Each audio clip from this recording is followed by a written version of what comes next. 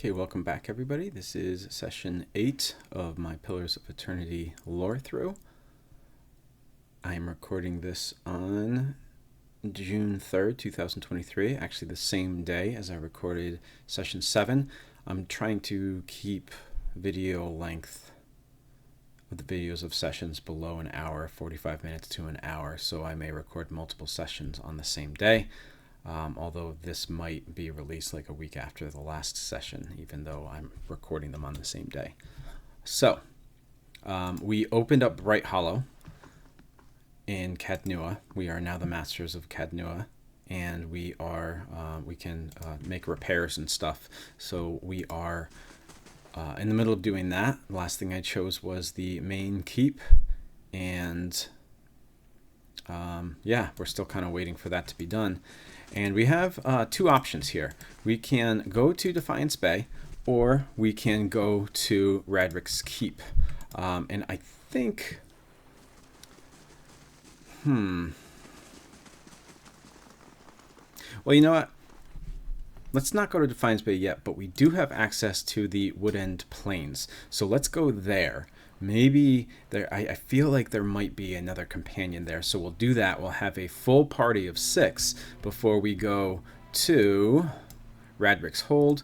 Also, I'm just remembering that we still have the path beneath the Gilded Veil, like the temple that's under there, that we still haven't explored, even though I've been saying, I think, every session for the last few sessions that we need to go do that. So maybe we'll do that this session too. But first I want to go to the Woodend Plains because I feel like there's another companion there. So let's go. Security reports that Bleak Hollow bandits will attack the stronghold in 5 days. That was 16 Fun Prima. And right now it is 16 Fun Prima. So 21 Fun Prima. I need to be at the keep. It's a weird thing right there. Bandits who apparently make it known that they are planning to attack a keep 5 days in advance. Or I don't know, maybe I have scouts or something, but... Okay, let's explore the Woodend Plains.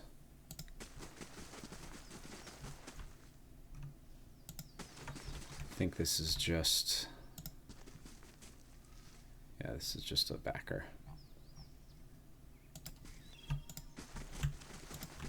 A Kickstarter backer.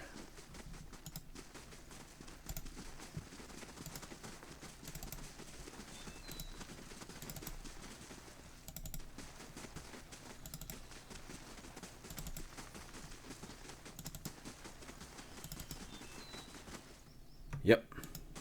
Hush, Itumak. We'll just wait a little longer. This is Sagani, a dwarven woman dressed in skins and hides, leans against the road marker. Her face is turned down, her eyes darkened by a thick stripe of face paint. She's sharpening a bone arrowhead with a scrimshaw-handled knife. Her attention, however, is focused on a bear figurine between her feet. A large, white-furred fox stands at her heels, looks up at you at your approach. So, yes, this is the companion that I was talking about that I thought we were going to meet here, Sagani, who I absolutely love her. I can't say I remember why, but I remember I really liked Sagani as a companion, maybe just because she comes with a pet wolf. So I think right here, what I will do is I will read about the dwarves in the guidebook.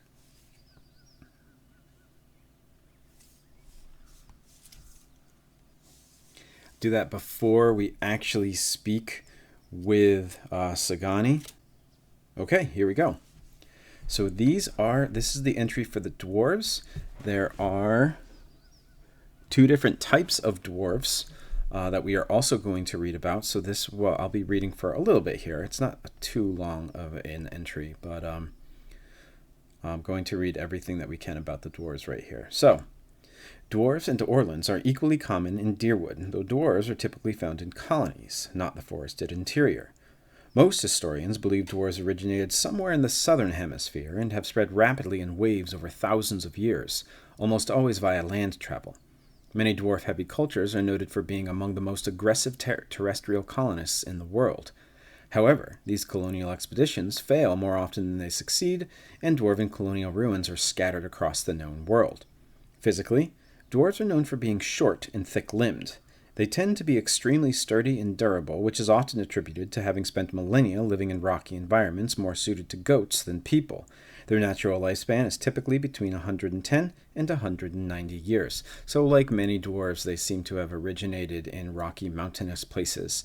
But they also here are very nomadic. I don't know if that's the right word to describe them, but they have traveled over much of the world, and it says they are aggressive terrestrial colonists.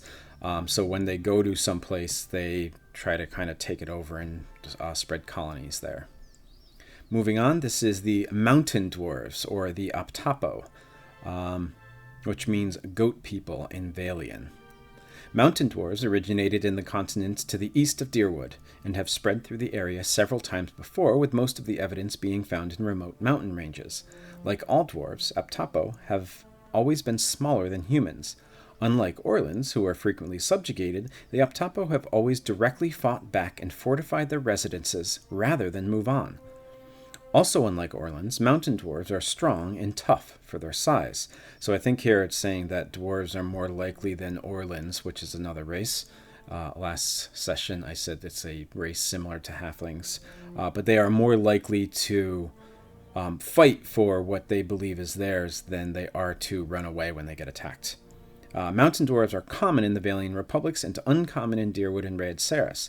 They are rarely encountered in Edir, most often traveling with Valian trading ships. Their features are broad-bridged strong noses, broad, square, inverted triangle or inverted heart-shaped faces, broad jaws and necks, almond or thin eyes, deep-set eyes, very prominent brows. Their skin is fair to dark brown, tough and leathery, often creased even among the young. Hair, blonde, strawberry blonde, red, auburn, brown, and black, wavy, curly, or kinky texture, and their eyes are green, hazel, gold, gray, brown, or black. The second type of dwarfs is the boreal dwarves, or the Anutnik, or people of the tundra. Most boreal dwarves live in the remote southern island of Nasatak, where they share the rocky tundra and snow-covered forests with migratory pale elves and the coast-hugging ships of the Almawa. So it seems like this is one of the boreal dwarves are one of the very few races that actually are close to the pale elves, which is what Bjartur is. He comes from the white that wends. Some also live in the cramped, humid, towering cities of Edir, among the aggressive explorers who crossed an ocean to colonize Deerwood. Like their northern cousins, Anutnik share an instinctive drive to explore and cover long distances in spite of their small stature. Boreal dwarves are extremely rare in Edir, more common in the Valian republics, and seldom encountered in Deerwood and Raed Saris. Their features are moderately wide, flat noses, broad, flat, round faces, almond, downturned, or thin eyes with epicanthic folds, shallow set eyes, not prominent brows. Their skin is tan to dark tan, tough and leathery, often creased even among the young. Their hair is auburn, brown, black, gray. It's straight and thin. And their eyes are hazel brown, gold, copper, deep violet, or black. So that's it for the dwarves here. I believe I know which one of these Sagani is, but I'm going to not say anything right now about that. So it seems like no matter what type of dwarf you are, you kind of come with this innate desire to explore lands. And because of that, dwarves have often spread to many parts of Eora. Different types of dwarves are more common in different types of the world, but still they kind of want to explore, basically. Okay, so let's talk with Sagani. Easy, Itumak. It's not him. Who are you waiting for? Short version? I'm looking for a very, very old friend. I'm not sure what skin he's wearing now, but I'll know him when I see him. So it seems to be a friend that can change shape. Your friend is supposed to meet you here. That's what I heard. Of course, the man who told me so was carrying a staff he claimed was made from dragon bone, but I know Whitewood when I see it. That should have been my first clue, but I had to try something.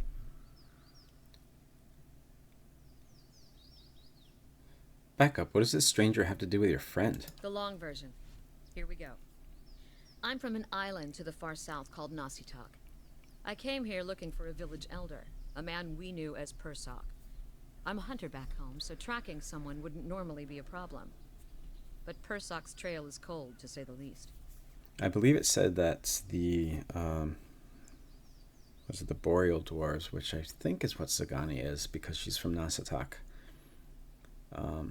Were very rare to find in the Deerwood, but here we see why she's here, because she is searching for this Persok person.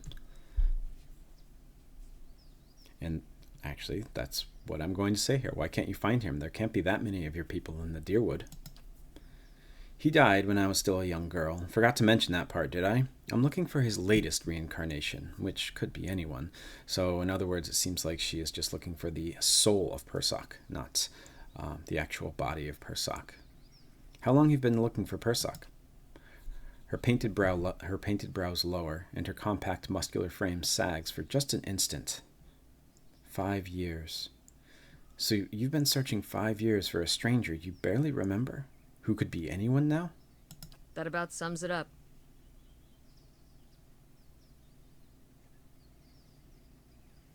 Why do you have to find a Persok? She smiles wryly. That's more of a campfire tale. I'm not quite ready to get into it. Then it must be an important duty. So I keep reminding myself. Still, it would be nice if important duties came with clearer instructions. How does that statuette figure into it? She dusts the figurine on her trousers and raises it in her small, flat palm. It's carved in the shape of a bear, smooth and round. The polished adra is worn to a dull mat along its arched back and ovoid haunches. A soft glow emanates from within. Cute, isn't it? It belonged to Persok. Before he returned to the wheel, he left a splinter of his soul in it. Something to help us find him later. As she holds it out to you, you feel wisps of sensation. Not quite memories, but traces of someone. So it seems like my Watcher soul, or my Watcher ability is able to kind of connect with the soul that's in the statuette. When I left Nasitak, it was completely dark inside. But as I've gotten closer to Persok, it's glowed steadily brighter. Since I've reached the Deerwood, however, it's gotten hard to read. Some days it flickers and goes dark. Others it shines nice and bright, for a few hours. But most of the time it looks just like this.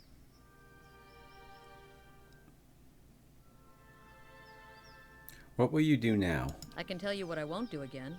Rely on miracle peddlers. It was some so-called Watcher who sent me to this crossroads in the middle of nowhere in the first place. So that was the stranger that she talked to before, was another Watcher. I was on my way out of the Balmarsh when I heard talk of a traveling mystic who could supposedly see souls. I knew it was a long shot, but what did I have to lose?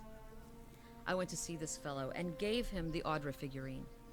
He made a big show of moaning and rolling his eyes, and after I'd given him 5 golden dukes to lift the shroud, he told me to seek the crossroads in the field between the Wolf's Lair and the twining trees. What's the Wolf Lair? Defiance Bay. Locals call the current Duke Wolfgren. Sounds like he'd be fun to drink with. Is the twining trees a real place? He meant Twin Elms. I haven't been there yet, but I hear they have some especially memorable trees. So Defiance Bay was that big place that we are going to explore later, and the Twin Elms, I believe, doesn't open up until like Act 3 or 4. Go on. He thought he was being vague, but I know the area well enough to recognize that he meant this place, right between Defiance Bay and Twin Elms.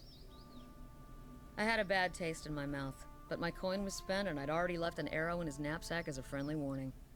Told him I'd come back and leave him with another if it turned out he was giving me the runaround. I've been here a week now. Guess he had the last laugh after all.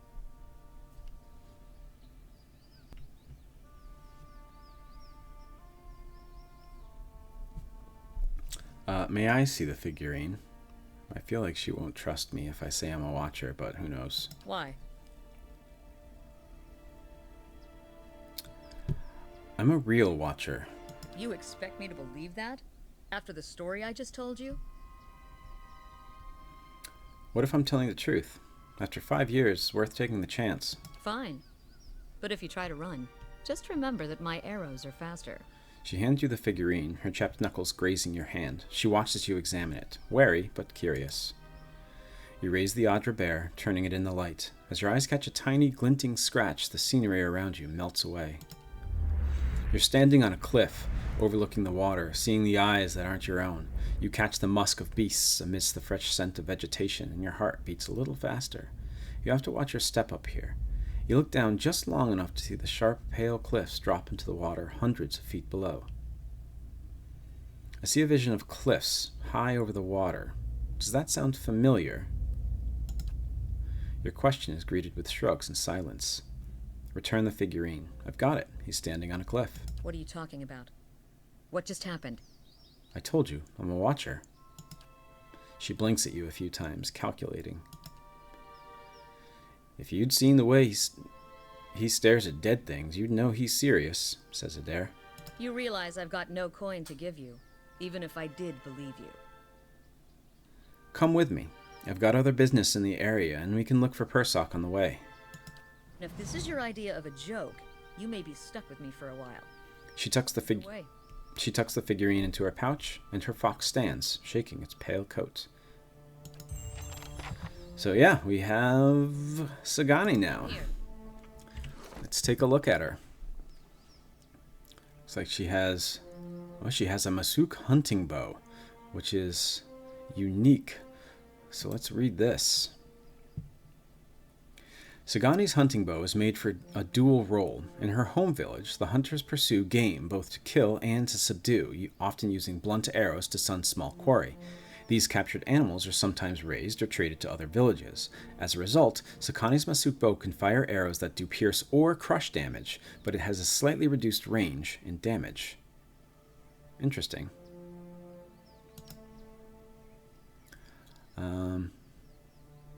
And then she's just got a fine dagger and a fine hatchet.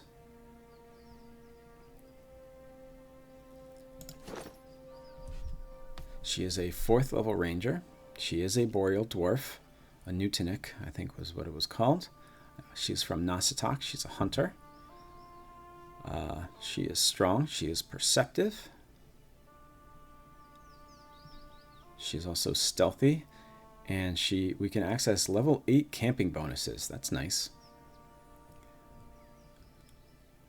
She has a faithful companion, which is the fox Itumak, I think she called it. Her abilities. She has hunter's instincts, which is passive. She gets 15% accuracy against primordials and against wilders. In the traditional lands of the Boreal Dwarves, primordial creatures like oozes, sentient fungi, and plants, and wilder, ogres, skulders, trolls, Vithrak, and Zorops, have long preyed on isolated hunters. Generations of conflict with these creatures have given the Boreal Dwarves inherent accuracy bonuses against them. Marked Prey. She can use once per encounter, designates a single target as prey, giving the ranger and the animal companion a damage bonus against that target. Second Wind, everybody's got that. Arctic Fox Companion. Summon Itumak. That's a passive thing, though, so I don't think we actually have to summon Itumak. And Wounding Shot. 2 per encounter. As he or she would with fleeing prey, the hunter aims for a spot that will slow the target enemy's progress, hobbling the target and inflicting raw damage over time to it. To remember to use that one, that's a good one. She has talents. She can use hatchet, spears, quarterstaffs, hunting bows. Faithful companion.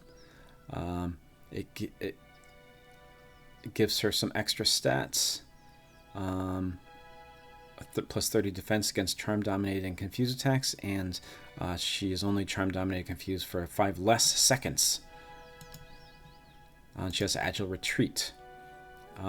Plus 12 defense when disengaging, so if she is close to an enemy and has to run away, they don't get an attack of opportunity, or at least she has more defense against the attack of opportunity. Okay. So that is Sagani.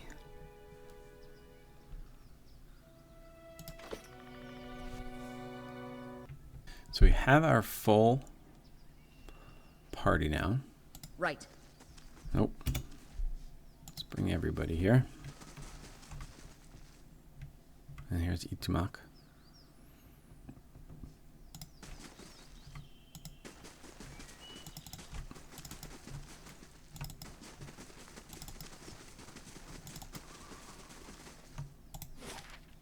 Okay, so we now have access to the Edelwan Bridge.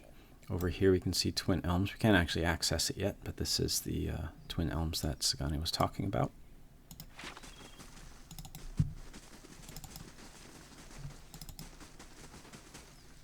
Gold-plated NPC. We have camping supplies there, but we're already full up and there's no need for us to rest right now.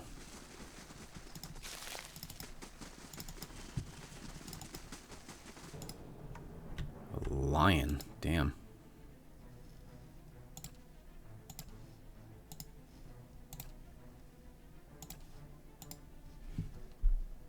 Raved up.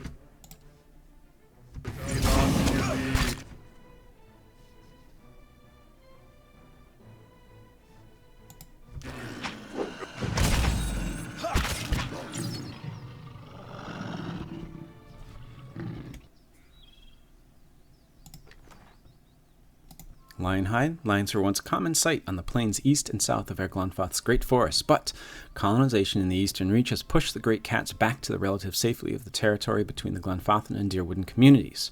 In addition to their great power, lions are known for their roar, a terrifying sound that can strike fear even into the hearts of the bravest kith. Of course.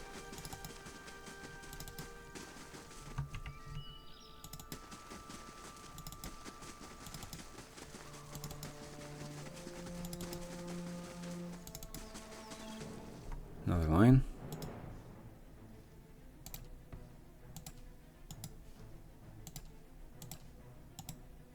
Raved out. Got 3 of them here.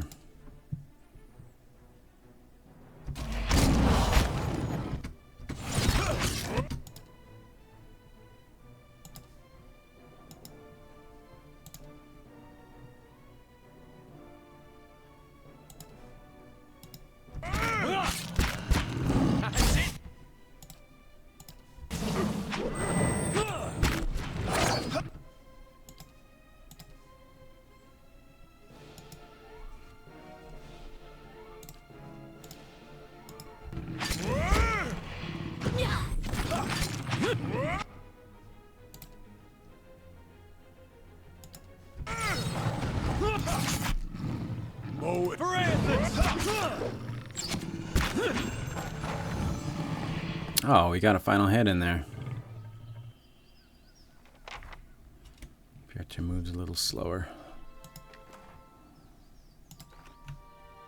Of course. Dead on this stone here. We have a unique hearth harvest, which is a hatchet. This hunting hatchet has a leather-wrapped wooden handle and a silvered blade covered in finely etched flames. When the blade is coated in the blood of prey or an opponent, the etchings glow a fiery glow, roaring to life. Even at rest, the hatchet smells faintly of smoke and charred flesh.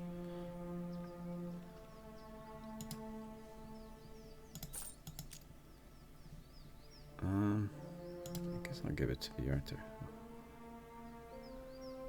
You remember getting this hermit's hat? Must have got it from those looters or something.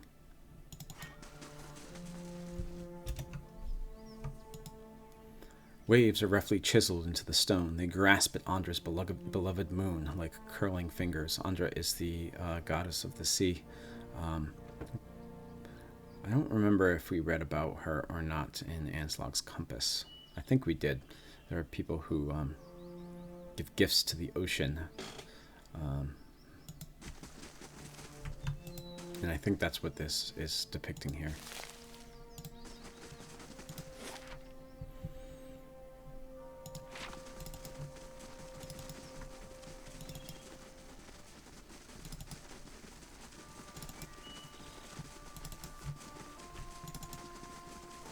And we had these extra camping supplies down here.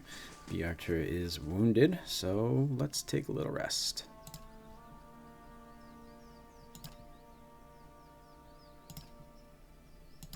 Yeah, so she's got all these things because of her survival ability. Yeah, I think I'll keep it at damage reduction.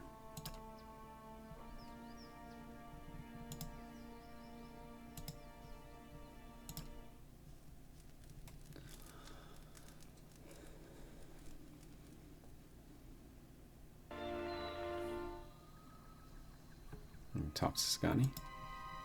Sagani draws up beside you, her fox following at her heels, and takes a seat next to you. Even if you are putting one over on me, it's nice to have a hunting party again. Sounds like you've been gone from home a long time. 5 years for me. Must be 30-something for Ichimak. Hearing its name, the fox looks up. Why 30-something for Itumak? How's the search going? It's been a long hunt. A long time away from my family. Before, I'd crossed the tundra of Nasitak following caribou herds.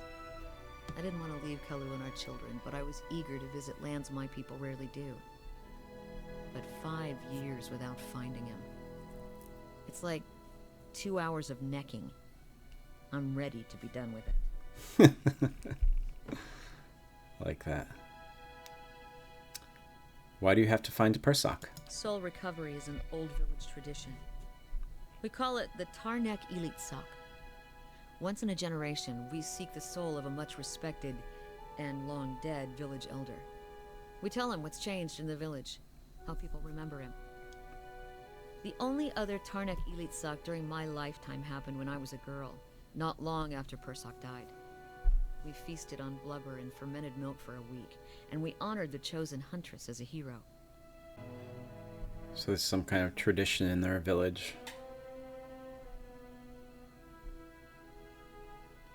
Doesn't seem like they bring the person back. They just tell him about what's happened. Then she left, and we returned to our duties. We still sang her name to the skies during festival season, but we otherwise didn't speak of her.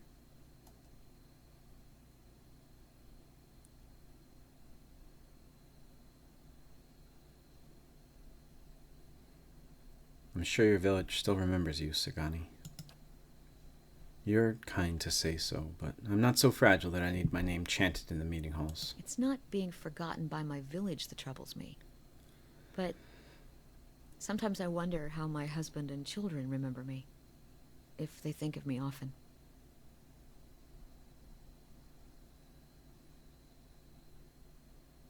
I'll just say that must be difficult. Still, there's no point in dwelling on it. More often I find myself wondering whether Persak will remember us. You claim to see souls. What do you think? Do you remember your past lives? Yes, in fragments. She leans a hair's breadth closer. Really? What's that like?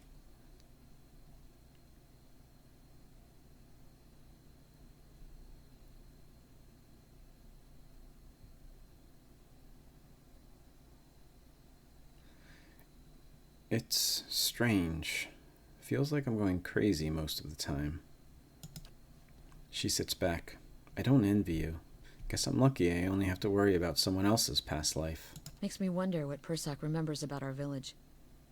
Or if a turn at the wheel has yanked the details out of his mind like it does for most of us. What would you tell him about your village? Masuk is probably much the same as it was 100 years ago. We live between tundra and frozen forests, and the land takes as much as it gives. But our hardships bring us together. And the elders truly unite us. They keep the stories of past generations, and they guide us from season to season, through good years and lean.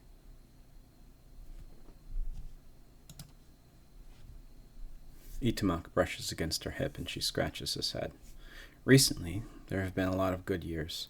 My aunt say we've had fewer clashes with neighboring villages, thanks to the hunting territories that Persak helped establish.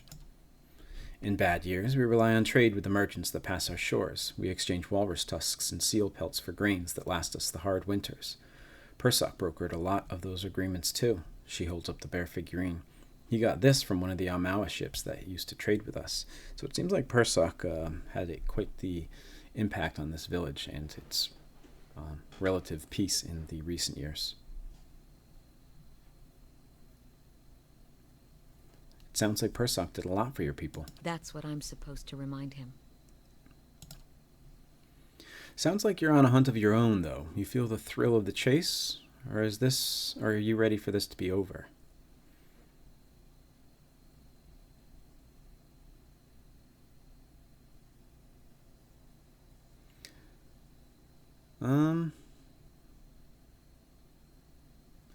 I enjoy the adventure. Every day brings something new.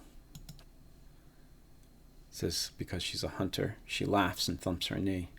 Just what I'd expect from a rugged outdoorsman. It's refreshing to travel with someone else who can appreciate the scent of a trail, that's for sure. She rises and stretches, looking around. We've got darkness on our side. Shall we move on? Let's see if there's anything else.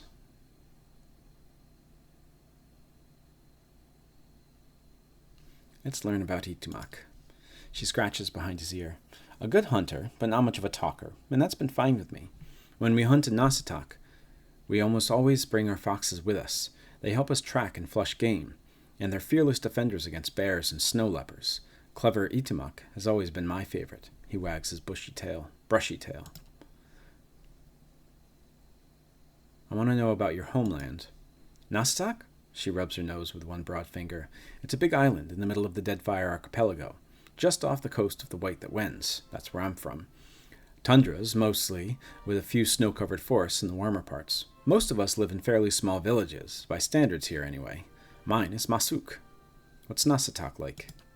She shrugs. Cold, but not as cold as the White That Wends. The few kith who visit Nasatak find it sparse. But there's plenty to sustain a village if you know where to look. She ticks the items off her calloused fingers. We get hides and meat from caribou, seals, and small whales. Bone, too, which makes fine bows and arrowheads. Community is important to us. We survive or perish together. So everything we do, every week-long hunt, every wall we build, is for the village. Who lives there? Mostly a Newtonik, like me. People here call us boreal dwarfs. Migratory clans of Glamfellan from the White That Wends sometimes spend the colder seasons in Nasatak, but we don't see too many other foreigners who can tolerate the elements. She pats a weather-bronzed arm. Those of us born in Nasatak like to say we have a hardy layer of sealskin just beneath that flesh. Tell me more about Masuk. We're a tundra village. To an outsider's eyes, we're probably not much different from the others around us. But our elders have stories that go back hundreds of years. Epic hunts, battles with neighboring villages, sojourns across the sea. We share these stories, too. That's all. She nods. What do you do back in Nasatak? I'm a long hunter. I stalk game across the tundra with some of the other wives. We usually hunt caribou and oxen, but we find hares and birds, too. It's a good respected position. To see so much of Nasatak in the company of my friends and sisters, this is one of the pleasures of life in Masuk. You have a family back in your village? Of course. We'd never send a woman who hasn't had the chance to find a mate and have a couple children of her own. Are you worried your husband will, find someone else, maybe? Are you kidding? I'm the best shot in Masuk. I don't know if that means he's so enamored with her because she's a great shot, or he would be afraid because she would be able to shoot him if he ever did anything like that. Tell me about your children. I've had 5, Yakona, Estuya, Najuyo, Anik, and Malak. Estuya and Anik died young in long, lean winters. Malak was barely talking when I left. She scrapes a thumbnail along the handle of her hunting knife. He probably won't know me when I get home. She frowns, her hand falling from the knife. Even in Nasatak, I spent most of my time on the hunt, but then it's easier to relish the hunt when I know I'll see my family enjoying our kill. What's your husband like? Kalu's a good man. He raises our children well and built us a strong home while I've been away on hunts. Our parents chose us for one another when we were still young. Not the way things are usually done here, but ours chose well. She smiles. We came to appreciate each other as helpmates first, then friends, and then, well, you know how it goes. There's a hint of a blush below a stripe of face paint, so it seems like an arranged marriage that actually worked and she fell in love with him. It also seems like the women are the hunters of this tribe and the men stay home and take care of the house. I'm curious about your search for Persak. I'll tell you what I can, but Tarnak Ilitsak pilgrimages like mine are rare. Why do your people have this tradition? She pulls the bear figurine out of her satchel, running a long finger along its smooth back. It's something we've always done. The elders say it was first begun to forge ties with other villages. It's hard to fight over caribou herds when you see someone you respect on the other side. Seems like that means like when a soul inhabits someone from another tribe and you talk to it, it's easier to be friends with that other tribe because there are souls from your own tribe in previous generations that are actually there. We also believe that passing our history on in this way helps keep us stronger, and it helps them, the elders I mean, return to us after they've been away from us for a generation or more. They can use the experiences they've accumulated over lifetimes to lead the village again. Are elders usually reborn so far from the village? Most often they return somewhere in Nasatak, a member of another village, or they're reborn among the Glamfelin of the White That Wins. Even so, it's hard to say what's usual. A mischievous grin crinkles in her eyes. When my grandfather was a boy, the elder came back as a polar bear. The huntress chosen for the task had to recite half our village's deeds while running from the beast. Her expression sobers. Even so, there have been longer journeys than mine, some last decades, and the huntress doesn't always return. What happens when the elder is found? That depends on the man or woman he's become. It's easiest when the rebirth happens in another village of Nasatak, where the tradition is understood. Even in the White That Wins, in the southern islands of the Deadfire Archipelago, people understand this custom and will welcome you politely enough, even if their souls do not remember. She shrugs, but sometimes you find someone whose soul has no memory of the village, and you have to tell him of people who remember him still. As disheartening as this is, you hope that the reminder will aid his soul in a future life. How did you get picked to come search for Persak? Another old village tradition. The elders watched the caribou migrations and cast seal bones to determine the right time for this journey. When the omens were determined, all the village wives drew shark teeth. We're the ones that go to hunt and fish, so we're the best suited for a task like this. Anyway, I grabbed the little tooth. Traveling so far is a rare privilege for us, but as you can see, the journey can be unpredictable. What are your thoughts on my search? She frowns. Helps to know what you're hunting. You got a lot of tracks to follow, but where they'll lead is anyone's guess. Let's move on.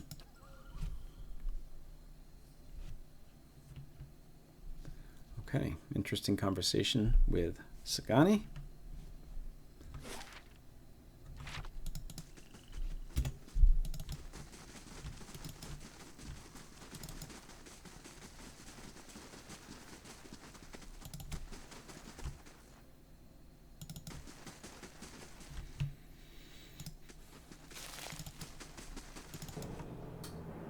Forest troll.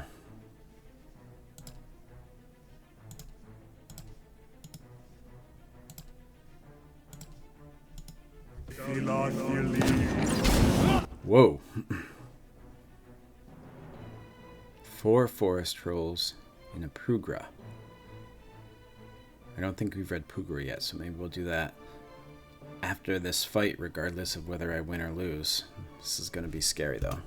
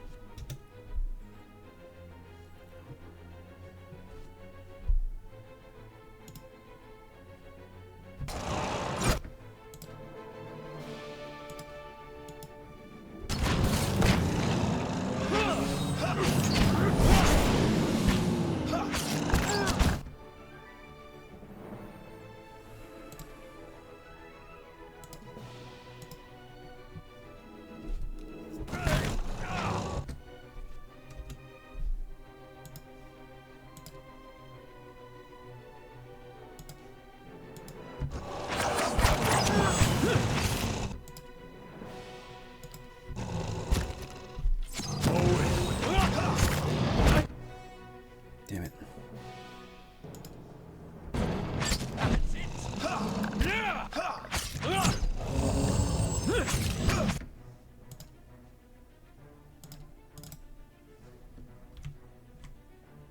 I don't know if this is going to work, but...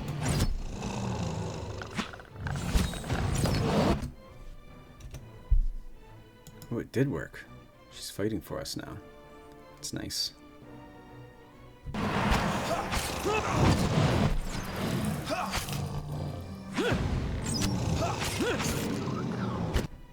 So, Itumak is down.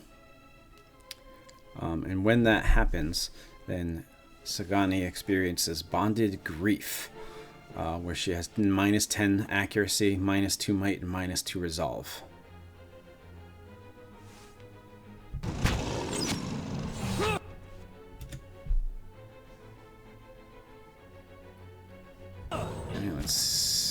Got Sagani.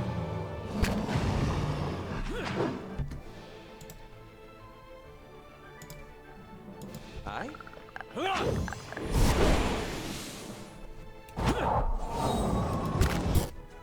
Okay, only the Poogra left.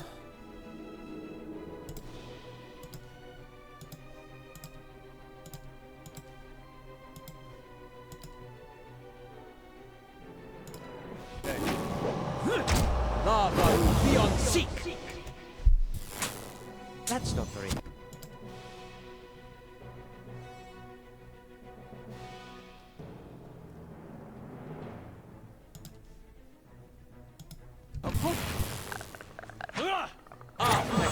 A small wind blight. Where did that come from? Did she summon it? You're not getting through me. Varanthus! Damn it! We gotta take better care of Alof. Please help me!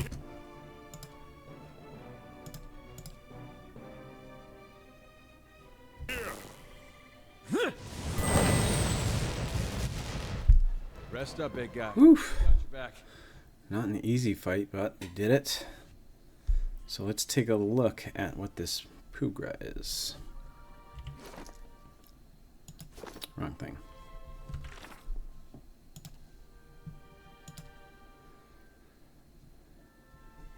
Okay, so these, are they Demelgan? Yes, they are. So here is the generic entry for Delemgan, which is the type that they are. So Delemgan are forest spirits of our Glanfath that are bound into ancient, often petrified trees or Adra monuments. They appear to have mostly elven-shaped bodies, but their skin is made of wood, and their hair is long and plant-like. Adragans appear to have skin made of Adra. Delemgan grow slightly and often have tiny motes of light around them. They do not wear clothes, but lack sexual organs, as they only have the overall shape of humanoids. So in other words, they look human, but they aren't. Delemgan are entirely magical beings and do not use physical weapons to attack. Their attractiveness is used in tandem with their magic, typically to stop attackers or lure them to their deaths, very much like sirens in mythology and other games like D&D. These creatures draw their essence from their environments. While they have physical bodies and can be killed if those bodies are destroyed, their survival also depends on the health of their environment. They feel no natural animosity towards other beings, but they will defend their territories fiercely. Thus, Delemgan and Adragon, Adraborn, may individually be more or less hostile depending on the well-being of their locale, and on whether other explorers or adventurers have, in the past, proved dangerous or benign. They are a natural roadblock to large-scale development, while rural tribes in Erglanfath often live peacefully alongside them. Expanding or developing cities and towns may find themselves beset by hostile Delemgan. Some Kith, too, oppose the destruction of Delemgan habitats. City dwellers generally support the notion, believing that their souls will simply reincarnate in other forests or back into Kith. Delemgan are traditionally friendly toward rangers and druids. Their spiritual lack with trees has led to greater understanding of the link between rangers and their animal companions, though a definitive connection has yet to be made. So, in other words, it seems like the more in tune they are with their environment, the more likely they are to be friendly. And if you are someone who kind of uses the environment like people from Erglanfath and just kind of has these small settlements and just like a place to live, then they're okay with you. But once you start expanding and developing cities and destroying the environment, then the Delemgan are more likely to attack. And then we have the Poogra. Again, I don't know what this W with the accent over it. I don't know how we're supposed to pronounce that. But for now, let's just say Poogra. A Delem Poogra, or rotten leaf, more typically called Poogra, or rotten, is a Delemgan that has been corrupted by the destruction of their home tree or Adra stone. They are as ugly as Delemgan are beautiful, spindly and emaciated, with cool tones to their skin. Their hair is dead, dark, and slimy, their facial features contorted, and their teeth long and sharp. Unlike Delemgan, they are not surrounded by motes of light, and they are often more than willing to attack unfortunate travelers with their long talons. Poogra decorate themselves with skulls, skins, and feathers of animals they've killed. Just as Delemgan seek to maintain the health of their forests, Poogra seek to corrupt them. making the two species mortal enemies. The rot that infects them endows their attacks with ghastly poison, but it also makes their bodies weak and brittle, leaving them vulnerable to piercing and crushing attacks. Since they can no longer draw essence from a healthy forest, they must survive by drawing energy and essence out of plants, animals, and kith. This makes them natural allies with shadows, which feed by similar means and enjoy the benefits of a shared hunt. They are hostile toward all life, but rangers and druids are their most common foes. So they are almost the exact opposite of what a Dalemgan usually is. They are hostile towards rangers and druids especially. They try to destroy the environment around them, and they have to draw things from living things. They have to draw their power from living things around them, which seems like maybe was what's going on with the trolls that were surrounding this particular Pugra. And we fought these shadows before, who kind of drew essence, but didn't really use the essence. They just kind of drew it out of living beings because it was kind of a natural instinct of theirs, and because of that, they are often allied with Pugras. And we are very hurt here, so let's loot this stuff first and then take a little rest. Awakened wood. This irregular chunk of wood seems to hold a trace of life within it. Okay, let's take a quick rest.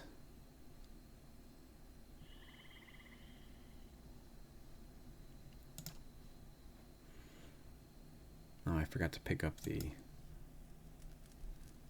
camping supplies over there. Let's go do that real quick.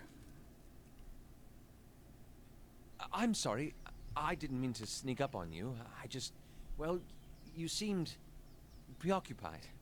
So this is after our rest. You just begin to stretch and soothe the aches from your body when you feel Aloth over your shoulder. He looks away quickly when you notice him, kneading his hands into squirming fists. What's on your mind? Suppose I've just noticed you acting a little, unusual lately. Talking to people who aren't there, remembering flashbacks of your previous life. I just want to make sure you're doing all right. I guess I don't know what to make of this either. Then I'm in good company. I should let you rest. It looks like we'll have another full day tomorrow. So Aloth seems a little worried about us.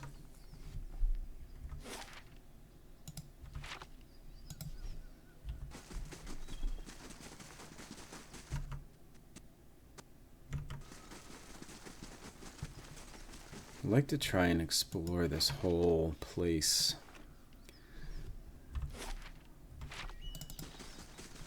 But if we have another fight like that, then we might not have the time to do it in this session.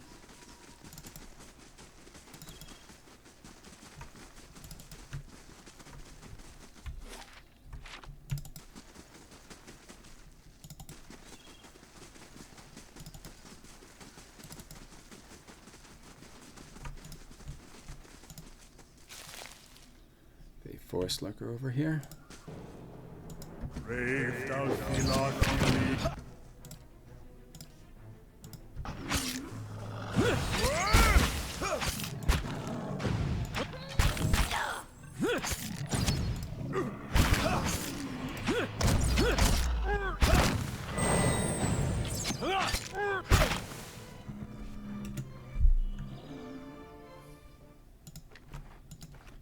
All right, then. We can go to Stormwall Gorge now. We can't go there yet, but Durford Village is there. I don't remember if that was there or not before.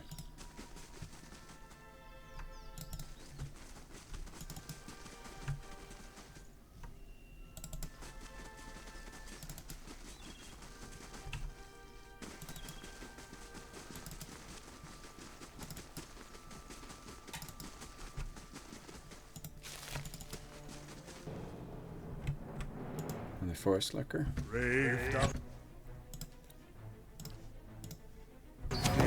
I'm here.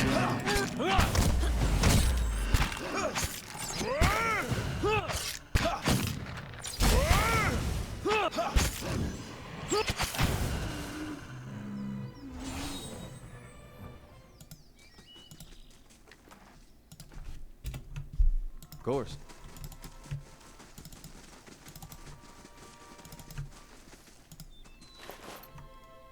Dead Adventure. Have some gold skellings. Potion of Wizard's Double. Some hide armor.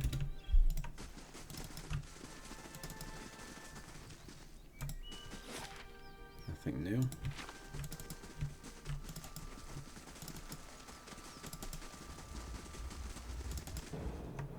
And a new forest lurker.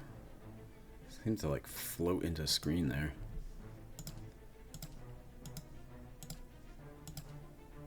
Brave thou shalt not kill me.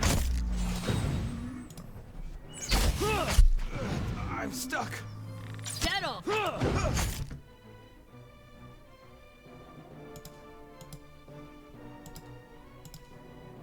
Hey.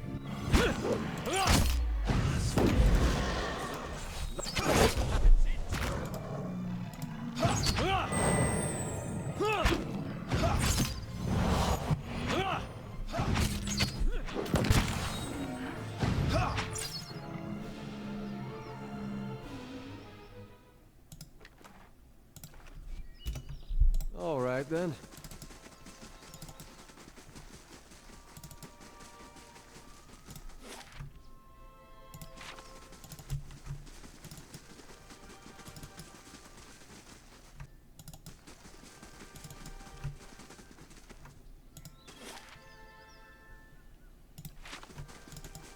Just checking to see if any new locations open up when we go through these exits. Brave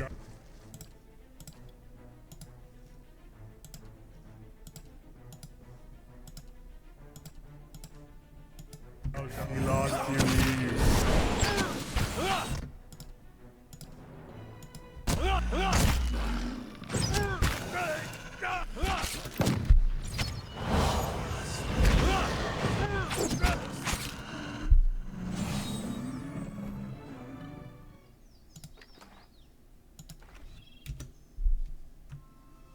Alright, Pietro's health is getting a little All right, low. then.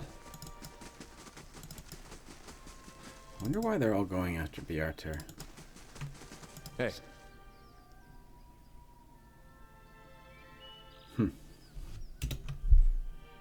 All right then.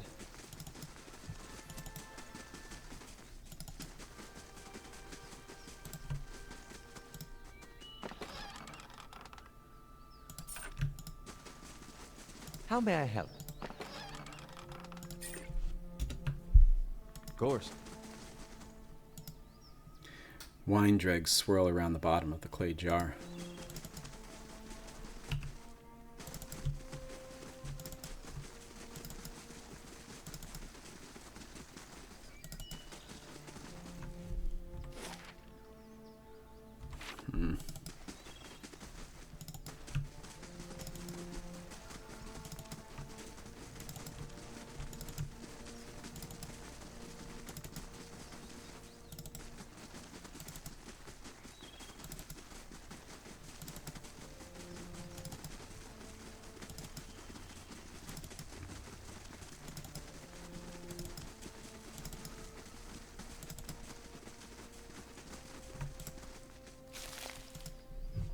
North to Cadnua, west to Defiance Bay.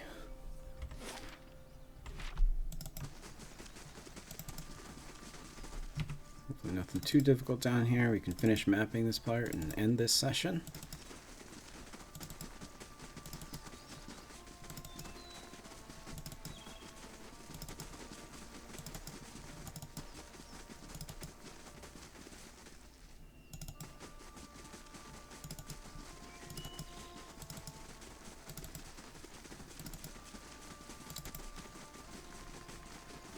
And yeah, a little bit left up here.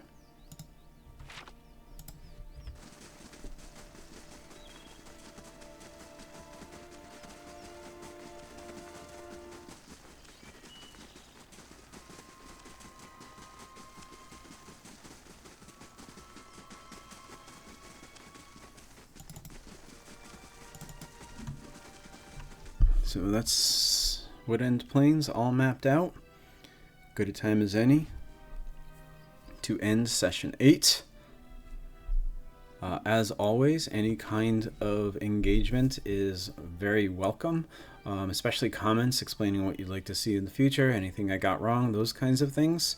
Otherwise, I will see you in session 9. Thanks so much for watching. I'll see you then.